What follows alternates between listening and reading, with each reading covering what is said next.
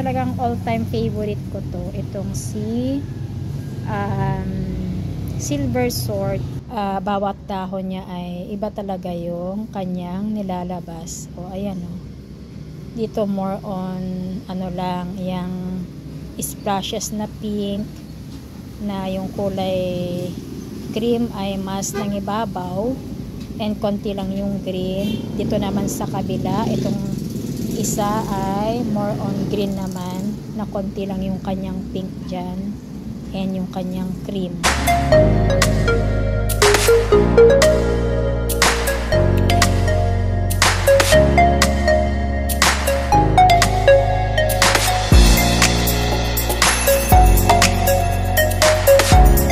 Hi everyone! Mag-update lang ako dito sa aking mga ibang plants dito sa aking munting hardin. Ayan, so ito nakikita nyo si red lipstick. Ito nung last time na i-flex ko sa inyo ay napakaliit pa, ka-unfurl pa lang niya, pero ngayon ayan o, ang laki na ng kanyang dahon, lumaki pa. So hindi ko in-expect na ganyan kalaki itong dahon niya. Ayan, mas malaki pa sa aking palad.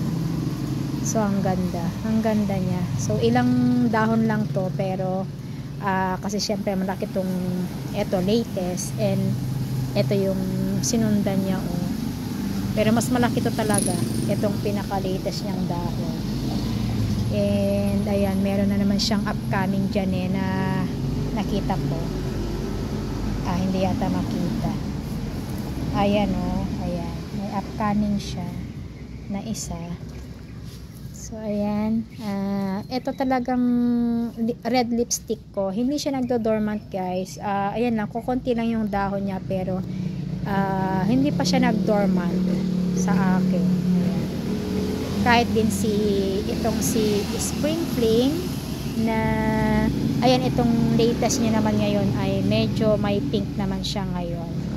Pero ang gusto kong makita talaga sa kanya ay yung talagang nagpo-full pink talaga itong dahon niya. Konti lang yung pink niya ngayon na lumabas. So sana yung mga susunod niyang dahon ay magpo-full pink na para mas maganda siyang tignan. And then ito na yung Syngonium ko na kinalbo ko guys, si Strawberry Ice. So ayan, talagang walang naiwang dahon to noon. So ipakita ko yung ilagay ko na lang dito, insert ko na lang yung kanyang picture nung kinalbo ko siya nung September 1st. Ito pa lang yung naidahon niya, pero ganyan lang yung kanyang pink sa dahon. And parang itong mga sumunod ay wala siyang variegation yata. So sana yung mga susunod niyang dahon ay mas maganda na. And ito naman yung isa, hindi ko to na ipakita sa inyo nung nung time na kinalbo ko to, pero ito yung isang pot ko na ganyan din, galing din sa isang lang to, sa same mother plant. Kaya lang hindi ko na alam kung alin yung mother plant ko. Bali tatlong tatlong paso guys. So ito maliit pa, pero kita nyo maganda tong kanyang nilabas dito na variegation. Hindi nga lang siya perfect kasi meron siyang ayan, may butas yung dahon niya, pero mas pink yung kanyang yung dahon niya dito compared dito sa isang pot. Wait lang at ipakita ko guys. Ito, I think ito yung aking mother plant. So ito, tinagal ko lahat yung kanyang reverted noong September. Kaya lang talagang meron pa ring pangit na mga dahon niya. May mga ganyan parang sunog sa kanya. Ito yung dahon niya na latest. Ayan. So wala pa ito nung na-flex ko sa inyo last time. So ganyan lang yung kanyang variegation. Na kahit nung bagong unfurl to ay faded yung pink niya guys. Hindi kagaya nung yung maliit na pinakita ko kanina sa inyo.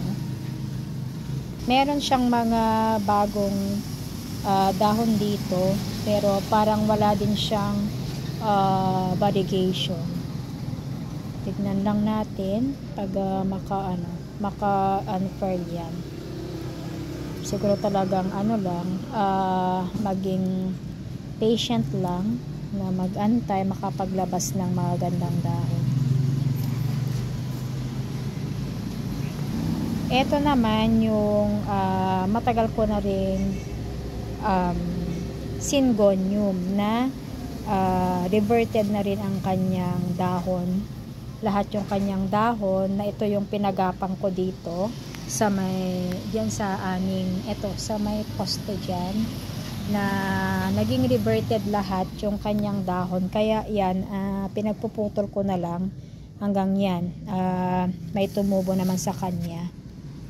And ayan, maganda na yung kanyang dahon. Bumalik na yung ganda ng kanyang dahon.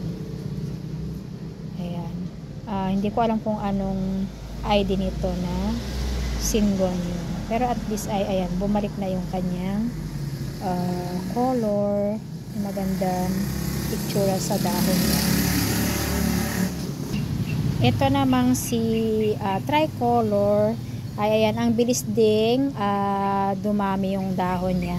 So, sa video niya guys, 3 dahon lang yan noon, na ito yung latest niyang dahon noon. So, ngayon, ito na yung naibigay niyang latest na dahon ngayon sa akin. And dito na part, iisa lang yan noon na natira dito kasi pinagtatanggal ko na ngayon mga reverted niya dito na dahon. So ngayon, ito yung naidagdag sa kanya. Ito yung nauna, kaya lang hindi siya buo, ganyan lang, parang siya butterfly, pero maganda yung dahon niya. Makikita mo namang tricolor siya. And then ito yung sumunod na dinahon niya. And ito yung pangatlo, hindi pa siya naka-unfurl. Ito, hindi pa naka-unfurl. So mahigit na to, 3 weeks na.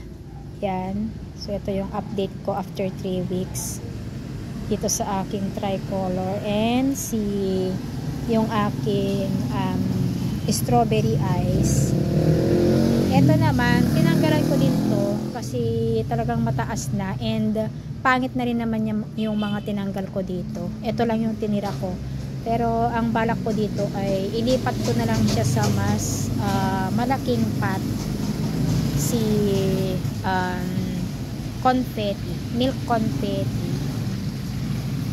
Ang ganda rin ng mga dahon niya. Nakakala mo parehas sila ni yung ibang nilalabas ni tricolor ay parang milk confetti. Mas malalaki nga lang yung pink dito ni milk confetti kaysa kay tricolor. Ayan. So gustong gusto ko tong dalawang ito na Syngonium ko guys, lalo na kapag makapaglabas talaga ng magandang dahon. Ayan, ang ganda. Dito mas dark yung kanyang pagka-green naman. Ayan. So talagang bawat dahon niya ay iba talaga yung kanyang nilalabas. Ayan dito more on lang, yung splashes na pink, na yung kulay cream ay mas nangibabaw and konti lang yung green. Dito naman sa kabila, itong isa ay more on green naman, na konti lang yung kanyang pink dyan and yung kanyang cream.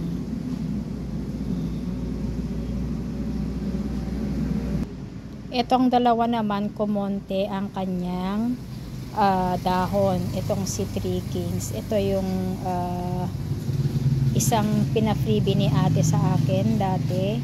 Yan na lang yung natirang dahon niya.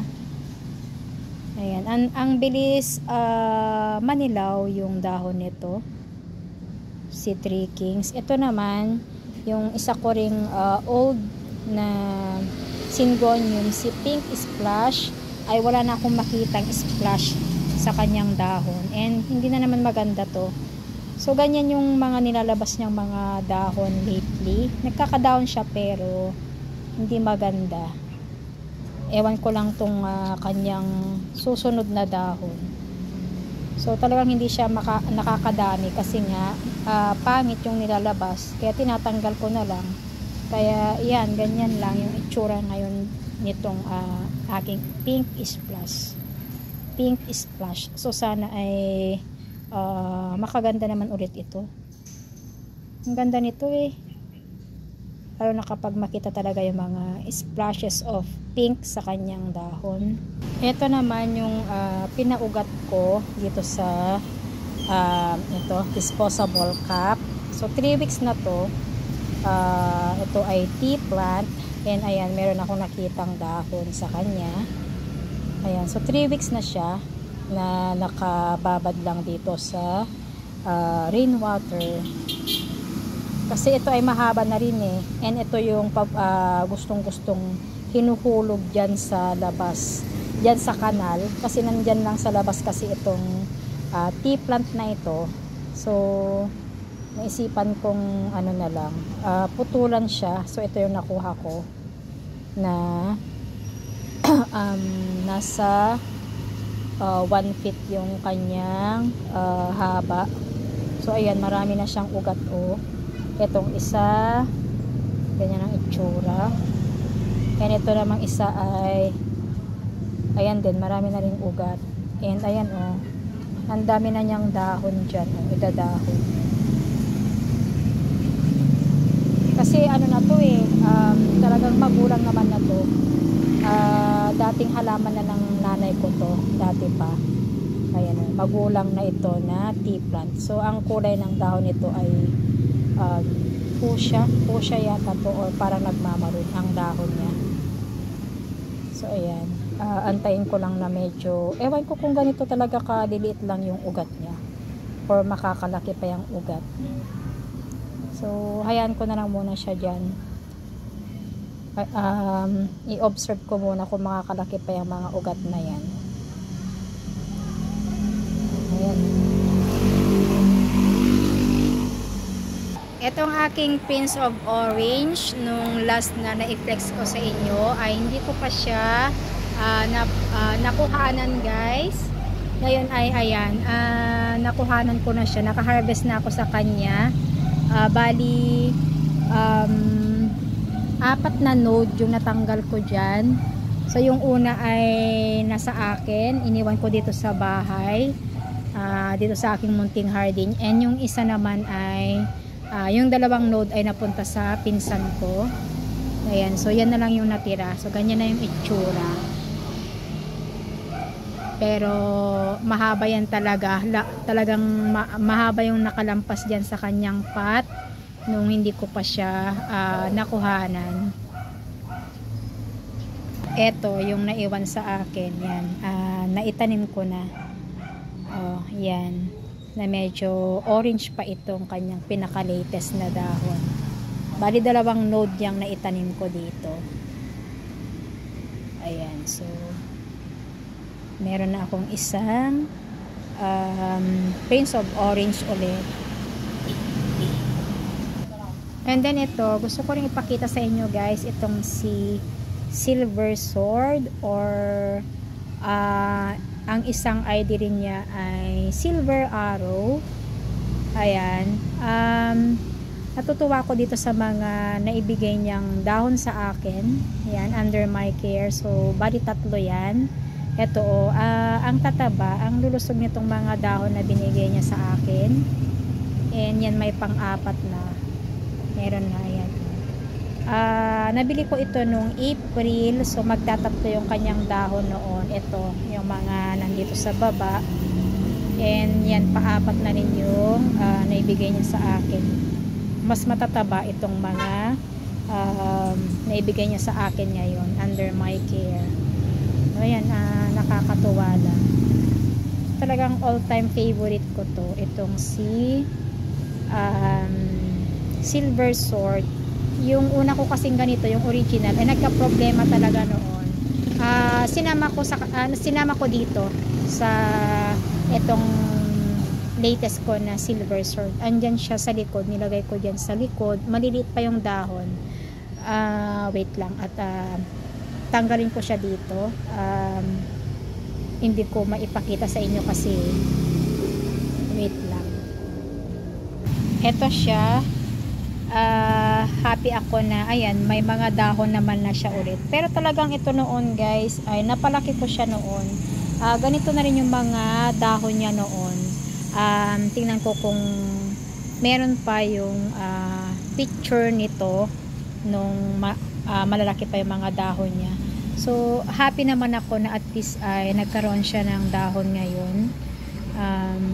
Sana ay I'm sure makakalaki naman yan, kaya lang siguro matagal pa. At least meron akong nakitang mga dahon niya dyan na lumabas. And makita nyo talagang maliit lang yung kanyang stem guys. Oh, maliit, napakaliit. Pero talagang napalaki ko na ito noon. Nagka-problema nga lang noong 2022, kaya ganyan. Yan pa lang yung itsura niya ngayon. Pero talagang napalaki ko na ang mga dahon niya noon. Kagaya din nito. Na ang mahal-mahal pa ng bili ko noon nito nung 2021. Ang liliit ng leaves niya, parang ganito lang ata o ganito na mas maliliit, ganito yata. Oo, ganito lang. Na ilang piraso, nasa 5 lang yata or 4, 200 ang bili ko noon. Samantala ngayon ay makakabili na tayo ng ito, magkano ang bili ko dito noong April, patatlong dahon na ayan, malalaki na yung kanyang dahon, 100. O ayan o, diba? So sobrang mahal pa nito noon ng 2021. So at least naman ngayon ay ayan, nabuhayan ako na meron na naman akong nakita sa kanya na mga dahon niya. Hindi pa rin siya totally nawala sa akin. So ayan guys, yung aking na-share ngayong araw. I hope ay nagustuhan nyo, and kung ngayon ka lang nakapag-tune in dito sa aking munting channel, please like and subscribe at pakiclick na rin ang notification bell para lagi kang updated every time na may bago akong i-upload. Thank you for watching. Always stay safe at God bless sa ating lahat. See you next time guys. Bye!